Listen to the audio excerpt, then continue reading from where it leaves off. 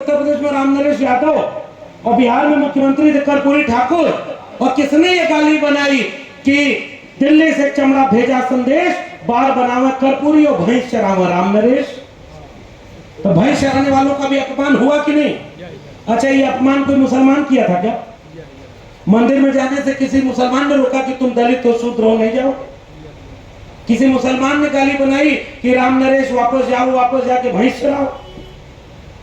कौन मुसलमान गाली दिया? और आज हमारे आपके बच्चों के मन में नफरत भर दी गई है कि तुम्हारा दुश्मन कोई है तो मुसलमान है, और लिंचिंग इस देश में हो रही है, और इस देश के बहुजन लिंचिंग रोक नहीं पा रहे। और इस देश में समाजवादी आंदोलन का नारा, जितने भी अम्बेडकरवादी लोग हैं, संविधान को मानने वाले लोग हैं, अगर आज मुसलमान की दाढ़ी और टोपी देख करके उसको विलन बना दिया गया और आप नहीं रोक पाए, तो अगला नंबर हमारा और आपका होगा। इसको याद रखिएगा, इन नफरत किसी को छोड़ेगी नहीं। इसीलिए नवाज देवबंदी ने लिखा है कि जलते घर को देखने वालों, फूस का छप्पर आपका है, आग के पीछे तेज हवा है, आगे मुकद्दर आपका है। उनके कत्ल पे मैं भी चुप था, मेरा नंबर अब आया, मेरे कत्ल पे आप भी चुप हो, अगला नंबर आपका है। इसलिए बहुत लंबा वक्त न लेकर के पहला निवेदन मैंने किया, शिक्षा, चेतना, जागरूकता, नई पीढ़ी के बेटा बेटी को अपने इतिहास से परिचित कराइए, तब बहुजन एकजुट होगा जो चिंता इस मिशन, इस गोष्ठी की। क्योंकि तब उसे लगेगा कि कर्पूरी ठाकुर की लड़ाई को आगे कौन बढ़ाया? तो लालू यादव को पैदा हुआ, जिसने सांप्रदायिकता के रथ को समस्तीपुर में जब रोका, तो उसके बाद हीरा चोर विदेश में मौज कर रहे हैं, और खीरा चोरी के नाम पर हमारे लोगों को जेल में डाला जाए।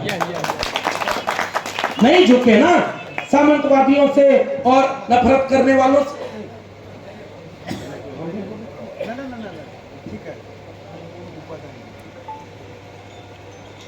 हाँ, ये इस पे कहां बनाओ? अच्छा, आप इस पे बताता हूं। तो जो चीज हमें सीखनी है, पहली मैं केवल निवेदन किया, शिक्षा। लेकिन शिक्षा मिलेगी कहां जब स्कूल में नहीं है, वहां मास्टर नहीं है? तो एक शिक्षा स्कूल में मिलती है और एक शिक्षा घर में मिलती है। घर में अपने बेटा बेटी को आप जो भी सिखाते सिखाइए, उसको किसी तरह से अपने समाज से, अपने इतिहास से, अपने वर्तमान से बताइए। वरना शिवचंद्र जी जो बता रहे थे 13 पॉइंट रोस्टर का, उसको पता ही नहीं होगा। लेटरल एंट्री उसको पता ही नहीं होगा कि चोर दरवाजे से बिना परीक्षा दिए आरएसएस के लोगों को ज्वाइंट सेक्रेटरी बना दिया। अरे भाई, आपका हमारा बेटा बेटी कभी ज्वाइंट सेक्रेटरी बनेगा? अरे हमारे समाज को पता ही नहीं, और झुंझुना कुछ मिल गया, चल रहा। कौन देश के लिए खतरा है? तो मुसलमान खतरा। अरे दर्दा कर रहे। अरे भाई, देश का खतरा हुआ है जो आरक्षण खत्म कर रहा है, जो संविधान खत्म कर रहा है, जो लड़वा रहा है। हमारी लड़ाई लड़ने की लड़ाई नहीं रही है। इसलिए वो पैसा जो दान दक्षिणा में दे, मैं एक बात अपने लिए कहता हूं, पता नहीं आपको कैसे लगे। किसी भूखे को एक रोटी खिला देना और किसी अनपढ़ को शिक्षा के लिए कलम और किताब खरीद के दे देना, इससे बड़ा दान और महापुण्य का काम कोई हो सकता है क्या? और इसलिए धन संपत्ति उचित जगह पे खर्च की जाए। एक जगह में गया कार्यक्रम में, तो एक आदमी ने हमसे पूछा कि घी अगर दाल में डाला जाए और आग में डाला जाए, तो दोनों में से कौन ज्यादा है शरीर के फायदे के लिए? दाल में डाला जाए कि आग में डाला जाए? और एक बात और समझिएगा, ऐसा नहीं है कि केवल हिंदुओं धर्म में धर्म के नाम पर पाखंड अंधविश्वास है। जुनैद साहब जब बोल रहे थे, लेकिन दूसरे के घर में झाड़ू लगाने से बढ़िया पहले अपने घर की सफाई कीजिए। हिंदू धर्म के भीतर जो पाखंड अंधविश्वास था, उसके लिए इन महापुरुषों ने लड़ाई लड़ी। और जाति जनगणना के लिए इसी देश में, इसी बिहार में मोमिन कॉन्फ्रेंस से लेकर के अब्दुल कयूम अंसारी, उन्होंने पसमानदा आंदोलन की लड़ाई लड़ी और कहा कि दलित पिछड़ा एक समान, हिंदू हो या मुसलमान। तो हमारी तो लड़ाई एक है। जहां गरीबी है, जहां भूखमरी है, जहां बेकारी है, हम सब एक हैं। तो एक होने के लिए इतिहास जानना जरूरी है। और दूसरी और आखिरी बात करके विदा ले रहा हूं कि वर्तमान समय में सारी लड़ाई बिखरे होने की वजह से हम हार रहे हैं। हम कहते हैं कि हम 90% कहां है? किस जगह पे 90%? 90% होते तो यहां कुर्सी खाली रहती। सोच के बताइए ना। और हम बाहर जाकर कहेंगे कि 100 में 90 शोषित हैं और 90 ने ललकारा है धन धरती में राजपाट हमारा है। कहां से लेंगे जब आपके लोगों को ये लगता है कि नहीं चाहिए। तो एक आज के आंदोलनों को आगे बढ़ाने के लिए हम लोगों की मेहनत केवल ये है। मैं यूपी का रहने वाला हूँ, दिल्ली में रहता हूँ, यहाँ आया हूँ 3-4 दिन से। हम लोग इस तरह के संगोष्ठियों में जा रहे हैं। बहुत मुश्किल था मेरे लिए आना, लेकिन उमेश बाबू ने इतना मेहनत किया, इतना इन लोगों का समर्पण और इतनी मेहनत करके कार्यक्रम किया कि हमने कहा कि नहीं आएंगे।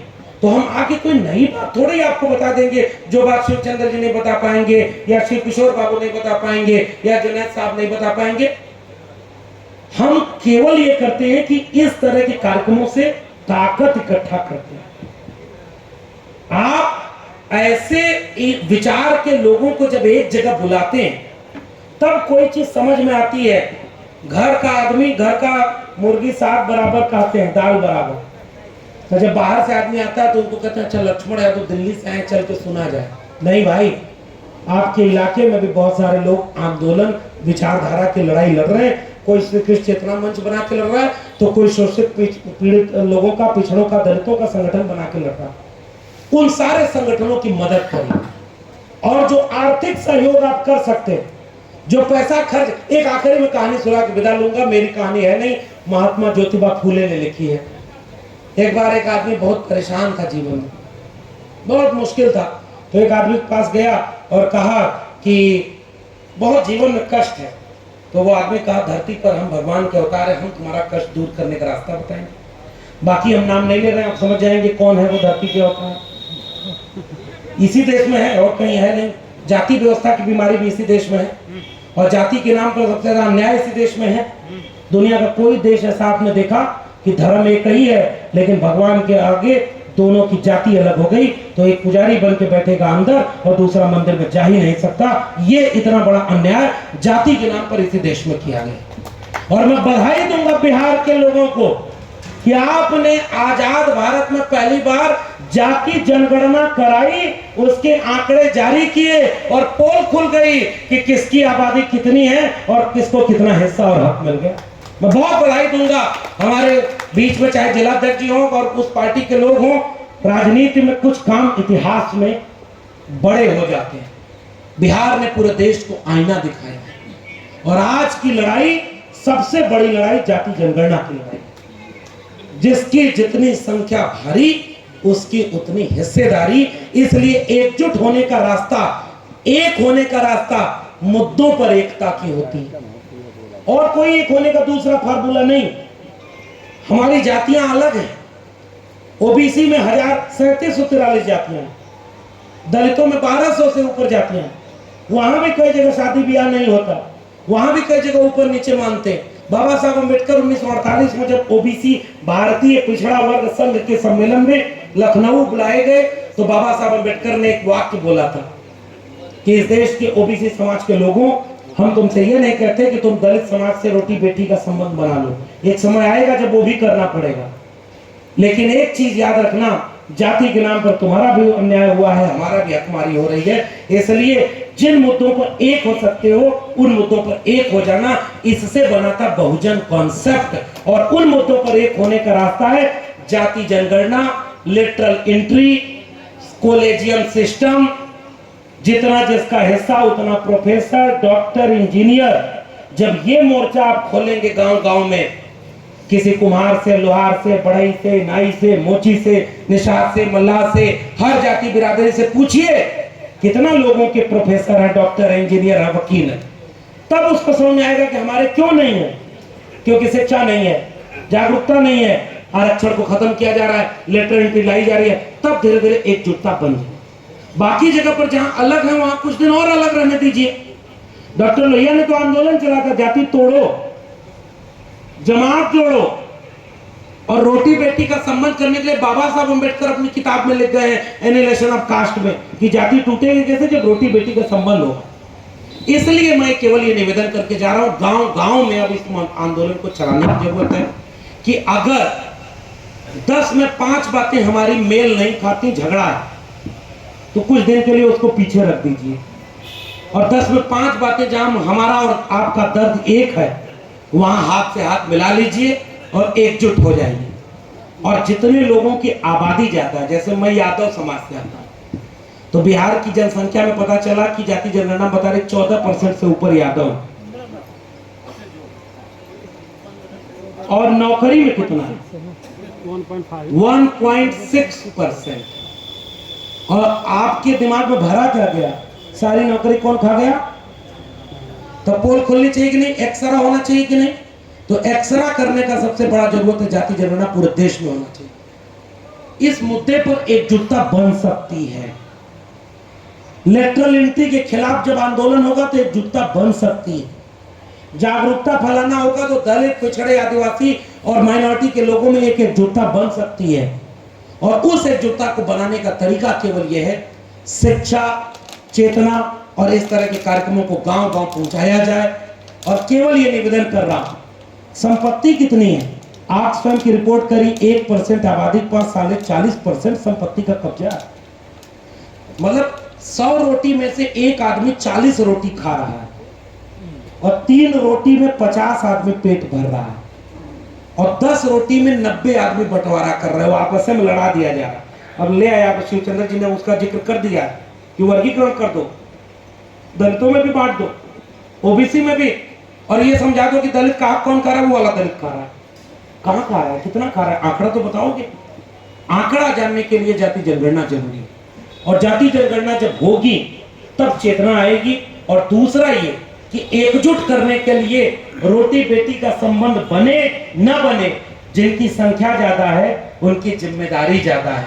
जितने ओबीसी समाज के लोग बड़े भाई बनकर घूमते हैं, किसी दलित बस्ती में जाते हैं, अति पिछड़ी बस्ती में जाते हैं, भाषा बदल जाती है।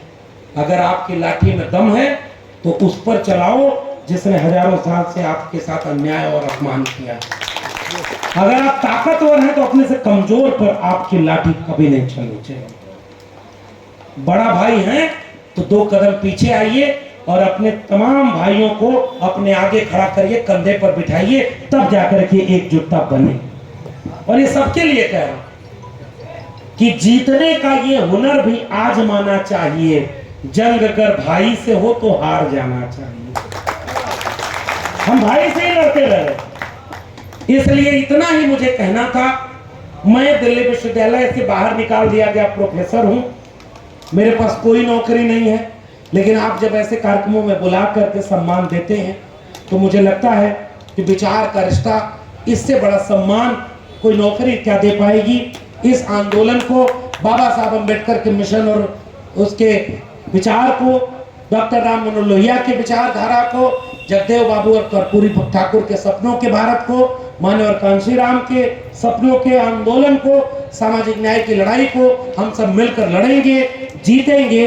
इस बात का यकीन दिलाते हुए आखिर में केवल इतना कहूंगा, कर्पूरी ठाकुर जी प्रचार करते थे तो एक बात कहते थे, उठ जाग मुसाफिर भोर भई, अब रैन कहाँ जो सोवत है, जो सोवत है वो खोवत है, जो जागत है सो पावत है। और हमारी आने वाली पीढ़ी सोई हुई पैदा होगी अगर आज हम ये लड़ाई हार गए। हम तो यूपी से आ रहे हैं, यूपी में बुलडोजर चल रहा है, पता है कि नहीं, और जाति देख करके गोली मारी जा रही। बिहार में भी हो रहा, आज नहीं बचा पाए तो अगले दिन क्या होगा।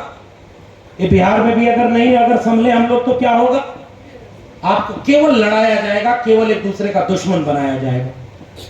और वहां अगर जीतेंगे तो न्यूनतम सहमति पर अधिकतम एकता बनाइए। न्यूनतम सहमति, ये दौर अधिकतम सहमति पर एकता बनाने का नहीं है। और न्यूनतम सहमति पर एका बनेगी तब ये होगा कि यार मक्तल से बहरहाल गुजरना होगा, बच गए हम तो किसी और को मरना होगा। अगली नस्लों को तबाही से बचाने की खातिर जो भी करना है इसी नस्ल को करना होगा। बहुत बहुत धन्यवाद। जय भीम, जय मंडल, इंकलाब जिंदाबाद, संविधान जिंदाबाद, उल गुलाम जिंदाबाद।